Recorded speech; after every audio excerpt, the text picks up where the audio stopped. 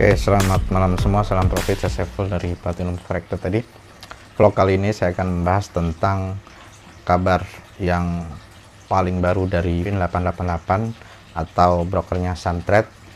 Ya, dia awalnya sebuah copy trade ya, copy trading yang secara histori dari MK5 atau perkembangan membernya sangat bagus sekali. Saya tidak sengaja melihat percakapan di salah satu grup Telegram Robot Trading, yaitu intinya ada sebuah rilis berita. Di chat tersebut membernya mau nulis semua activity suspend sementara ya, udah resmi semua WD di freeze. Waduh, kira-kira scam gak ya? Kenapa di freeze tuh? Sepertinya sampai permasalahan dengan otoritas berwenang selesai, semua kegiatan dihentikan sementara. Itu salah satu percakapan di grup Telegram. Ada lagi percakapannya, serius Fin888 udah di freeze sejak 25 Desember gak bisa WD. Terus setelah saya telusuri, ternyata saya melihat sebuah rilis berita. Yang pertama adalah dari businesstimes.com.sg atau Business Times dari Singapura ya, atau ini resmi dari MAS itu OJK nya Malaysia ya, www.mas.gov.sg. dan dari channel news asia.com, Police must investigate online trading platform Suntrade FX Dreamland LS. Nah, ini saya buka dulu dari yang businesstimes.com. Saya bacakan dulu dari businesstimes.com.sg. Ini saya terjemahkan ya biar teman-teman gampang membacanya juga.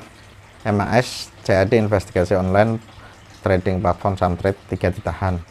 3 pria berusia antara 31 dan 36 telah ditangkap sehubungan dengan penyelidikan Otoritas Moneter Singapura MAS atau OJK-nya Singapura ya, dan Departemen Urusan Komersil CAD atau kalau di sini tuh Kementerian Keuangan ya, mengumumkan dalam siaran pers pada Senin 3 Januari, yaitu hari ini ya. Ada alasan untuk mencurigai bahwa aktivitas perdagangan tidak teratur telah dilakukan di platform dan penyelidikan sedang dilakukan pada aktivitas ini, kata MAS dan CAD yang bersama-sama meluncurkan penyelidikan pada 28 Desember tahun lalu, baru minggu lalu ya, 28 Desember 2021. Terus Suntrade FX sedang diperiksa untuk kemungkinan pelanggaran berdasarkan bagian 82 dari Securities dan Future X yang melarang siapapun menjalankan bisnis dalam aktivitas yang diatur tanpa lisensi CMS atau lisensi dari Singapura atau PPT-nya Indonesia. Suntrade FX dijalankan oleh perusahaan dengan nama yang sama yang terdaftar di Saint Vincent and the Grenadines. Entitas di Singapura, Suntrade FX LLP dan Suntrade FX Singapore PT Ltd juga sedang diselidiki. Perusahaan induk dan entitas terkaitnya tidak memiliki izin dari MAS dan telah masuk dalam daftar waspada investor MAS sejak Juli tahun 2021 atau tahun lalu. Jadi ini sebenarnya emang Suntrade ini sudah diselidiki dan sedang diawasi oleh, kalau di sini itu SWI ya, Satuan Waspada Investasi ya. Kalau di Singapurnya itu Daftar Waspada Investor MAS. Terus saya juga akan buka juga dari websitenya resmi, dari website resminya MAS, Singapore Police and Monetary Authority. Jadi ini OJK-nya Singapura ya, webnya mas.gov.sg. Ini saya juga terjemahkan biar teman-teman mudah bacanya juga. Di tanggal terbit hari ini ya, 3 Januari 2022. Kepolisian Singapura dan Otoritas Moneter Singapura memiliki platform perdagangan online luar negeri Suntrade FX dan entitas terkait di Singapura. Singapura 3 Januari 2022, Departemen Urusan Komersil jadi dari Singapura dan Otoritas Moneter Singapura meluncurkan penyelidikan bersama terhadap platform perdagangan online Suntrade FX yang dijalankan oleh Suntrade FX Limited, sebuah perusahaan terdaftar di Saint Vincent and the Grenadines dan ke dalam entitas Singapura terkait Suntrade FX LLP dan Suntrade FX SG PT Ltd pada 28 Desember 2021. Jadi mirip ya sama yang di Business Times tadi. Nomor 2, Suntrade FX Limited dan entitas terkait sedang diselidiki untuk kemungkinan pelanggaran berdasarkan bagian 82 dari Securities dan Future X 2001 yang melarang siapapun menjalankan bisnis aktivitas diatur dalam lisensi pasar dalam aktivitas yang diatur tanpa lisensi layanan pasar modal, ada alasan untuk mencurigai bahwa aktivitas perdagangan tidak teratur telah dilakukan di platform dan penelitian sedang dilakukan pada aktivitas ini. Jadi aktivitasnya mencurigakan, maka MAS menyelidikinya. 3 pria berusia 31 dan 36 tahun telah ditangkap sehubungan dengan penyelidikan tersebut. Keempat, ketika berurusan dengan produk dan layanan keuangan, anggota masyarakat harus berhati-hati, sangat dianjurkan untuk hanya berurusan dengan orang-orang yang diatur oleh MAS atau OJK-nya Singapura. Anggota masyarakat dapat memverifikasi apakah suatu entitas memiliki lisensi yang valid dengan memeriksa direktori lembaga keuangan MAS. Ya, intinya nanti teman-teman bisa baca ini websitenya. Ini coba satu lagi, channelnewsasia.com. Ya, intinya ini sama ya, intinya telah ditahan pada hari ini petinggi dari Samtrade, cuma namanya tidak disebutkan siapanya. Akhirnya di salah satu grup Telegram Fin888 saya melihat info bahwa statement perusahaan atau media rilis pada hari ini 3 Januari 2022. Ya, ini ada 7 item yang dikeluarkan oleh Samgoh Chief Executive Officer. Kita terjemahkan aja ya 7 itemnya seperti apa. Kami mengacu pada rilis berita tanggal 3 Januari 2022 oleh Departemen Urusan Komersil Kepolisian Singapura dan Otoritas Moneter Singapura secara bersama-sama disebut otoritas terkait investigasi terhadap Samtrade Efek Limited, Samtrade Efek LLP, dan Samtrade Efek SK PT Ltd. Kedua, kami dan petugas kami akan bekerjasama sepenuhnya dan memberikan semua bantuan kepada pihak berwenang dalam penyelidikan mereka.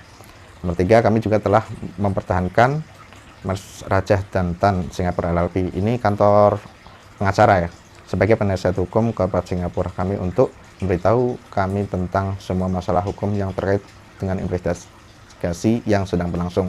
Keempat, mengingat keadaan di atas, kami akan mengambil langkah segera menangguhkan operasi bisnis lokal dan luar negeri dari entitas operasi utama kami dan entitas investigasi lainnya, termasuk namun tidak terbatas pada pembukaan rekening, perubahan rekening, penyelesaian, pembayaran, pembukaan, dan penutupan perdagangan. Jadi ini aktivitas bisnisnya ditangguhkan. Ya teman-teman, kalau mau merubah rekening, membayar, buka akun, menutup akun, perdagangan, semuanya ditangguhkan ya di poin keempat. Poin kelima, untuk melindungi kepentingan semua pemangku kepentingan, kami sedang dalam proses pengajuan permohonan ke pengadilan Singapura untuk menempatkan entitas tertentu ke dalam manajemen peradilan dan untuk meminta penunjukan Tuan Goh Tin Pong dari GTP dan Tuan Chan Gektek dari PricewaterhouseCoopers Advisory Service PT LI untuk ditunjuk secara bersama-sama dan sendiri-sendiri sebagai manajer yuridis intern sambil menunggu penetapan aplikasi manajemen peradilan. Jam intern akan secara independen dan profesional mengawasi semua hal dan urusan yang terkait dengan entitas ini. Keenam, karena penyelidikan oleh pihak berwenang sedang berlangsung, kami mencari pengertian dari pemangku kepentingan bahwa kami tidak akan berada dalam posisi memproses permintaan atau instruksi apapun, termasuk perdagangan, tradingnya enggak dijalankan ya. Kedua, pembayaran dan penarikan, jadi deposit, withdraw tidak bisa dilakukan karena sedang penyelidikan. JM Enters akan memberikan rincian lebih lanjut setelah mereka ditunjuk dan memegang kendali operasional. Nomor 7, pembaruan lebih lanjut tentang perkembangan materi akan diberikan sebagaimana dan bila sesuai. Ya intinya nanti diinformasikan lebih lanjut oleh Samgoh atau CEO dari Samtrade. Jadi ya intinya yang paling mengerikan adalah poin ke-6 ya. Karena poin ke-6 itu intinya teman-teman tidak bisa withdraw, tidak bisa deposit, semuanya ditangguhkan. Jadi kalau teman-teman udah deposit masuk besar, deposit masuknya banyak, ya nunggu pengumuman selanjutnya kapan bisa di withdraw. Memang sebelumnya banyak yang request di channel saya berkomentar meminta dibuatkan video tentang VIN 888. Ya saya memang belum sempat ya, karena memang materi VIN 888 itu sangat banyak sekali. Salah satunya karena materinya VIN 88 ini sangat kompleks ya, detail dan lengkap. Terus jadi ketika saya mau riset butuh waktu lama untuk merisetnya. Tapi di sini saya akan melihat broker Samtrade dulu, brokernya seperti apa. Samtradeeffect.com ini di websitenya ini tertulis bahwa dia terregistrasi Fintrack ya. Kalau teman-teman pengen tahu bahwa Fintrack itu bukan meregulasi sebuah broker, dia hanya meregistrasi, tapi dia tidak meregulasi sebuah broker. Ada cuplikannya di video ini, nanti teman-teman lihat. Kita buka website resminya Fintrack ya. Ini adalah website Fintrack dari Kanada. Jadi ini adalah halaman untuk mencari legalitas dari sebuah perusahaan. Coba kita translate. Pendaftaran dengan Fintrack tidak menunjukkan bahwa Fintrack mendukung atau melisensi bisnis tersebut, hanya menunjukkan bahwa bisnis tersebut memenuhi persyaratan hukum untuk mendaftar. Registrasi NSP diperbarui setiap hari. Dan ternyata pencarian di sini itu tidak menunjukkan bahwa Fintrack telah melisensi bisnis tersebut. Berarti itu hanya registrasi berangka. Jadi nomor yang tertera di sertifikat Fintrack tersebut adalah nomor registrasi, bukan lisensi dari Fintracknya. Dan kita cek Fintrack itu apa. Fintrack itu sebenarnya bukan melisensi broker ya. Lisensi sebuah broker di Kanada itu apa? Itu adalah, jika kita lihat website investing.com, di Kanada itu lisensinya untuk regulasi brokernya menggunakan IIROC, Investment Industry Regulation Organization of Canada, IIROC. Jadi website IIROC seperti ini. Ini adalah lembaga atau badan yang meregulasi tentang perizinan forex atau berjangka atau aktivitas trading di Kanada. Jadi pakainya IIROC, bukan Fintrack. Saya bisa buktikan di sini. Misal coba teman cek di Google. Misal which forex broker regulasi in Canada. Jadi broker apa yang diregulasi di Kanada? Ada beberapa broker yang diregulasi di Kanada, pasti regulasinya by IIROC. Is forex trading legal in Canada? Is forex trading legal in Canada? In fact legal in Canada, tapi harus persetujuan dari regulasi IIROC. Jadi sebenarnya regulasi broker di Kanada itu bukan Fintrack, tapi IIROC. Ya intinya bahwa Fintrack tidak melisensi sebuah broker forex. Terus kemudian di sini tertulis bahwa Samtrade is incorporated in Saint Vincent and the Grenadines under register number 25290 IPC 2019. Sama halnya dengan Saint Vincent and the Grenadines, itu adalah offshore atau wilayah yang membuat perizinan perusahaan atau pendirian perusahaan, tetapi dia juga bukan meregulasi sebuah broker. Memang untuk mendirikan perusahaan di Saint Vincent and the Grenadines itu relatif lebih mudah ya, karena biasanya kantornya kantor virtual, terus bisa diproses dengan online, hanya membayar sekian juta, kemudian dokumen perusahaannya sudah selesai dan bisa didaftarkan untuk perusahaan broker, tapi bukan regulasi sebuah broker ya, itu hal yang berbeda. Kemudian Samtrade is not registered, licensed and regulasi under the Monetary Authority of Singapore. Ya, itu alasan tadi kenapa dia ditangkap di Singapura, karena memang di sini memang dia sudah menulis bahwa Samtrade tidak diregistrasi dan tidak dilisensi oleh OJK-nya Singapura atau Monetary Authority of Singapore, disebutnya MAS. Terus Samtrade is member of Financial Commission and International Organization engaged in the releases of dispatch financial service industry in forex market. Ya, kalau ini benar ya. Jadi memang Samtrade itu member of the Financial Commission, itu benar, saya cek juga benar. Kemudian Suntrade Asia PT Ltd SMFX, sahamnya diperdagangkan di OTC market in the United States of America. Ketika saya cek di websitenya itu juga benar. Terus saya cek juga di UIS, di websitenya ini didirikan di tahun 2016 bulan 7 tanggal 9. Kemudian websitenya ini tidak pernah di drop ya, atau memang dia pertama, jadi bukan domain beli bekas ya, kayak ada broker-broker yang kemarin saya ulas udah drop 3 kali dibeli ya. Kalau ini dia pertama kali meregistrasi domainnya atau suntradefx.com, dia yang pertama beli dan mendaftarkannya. Ini kelihatan dari artikel yang diterbitkan ya, artikel yang diterbitkan sesuai tanggalnya, yaitu 10 Juli 2016. Itu pertama kali artikel ditulis di website tersebut. Jadi memang websitenya sudah lama, sejak tahun 2016 juga. Kemudian ketika saya cek di MK5 nya, ini saya menemukan MK5 yang paling lama dari Fin888 Ositex Copy Trade. Ini dia dari 2019 sampai 2021 Desember bulan ini ya. Ya profitnya kalau di sini lumayan ya, rata-rata bulan Oktober 2019 17%, November 8,95%. Untuk tahun di 2020 ya rata-rata 10-11%. Ini belum termasuk sharing profit ya. Untuk tahun di 2021,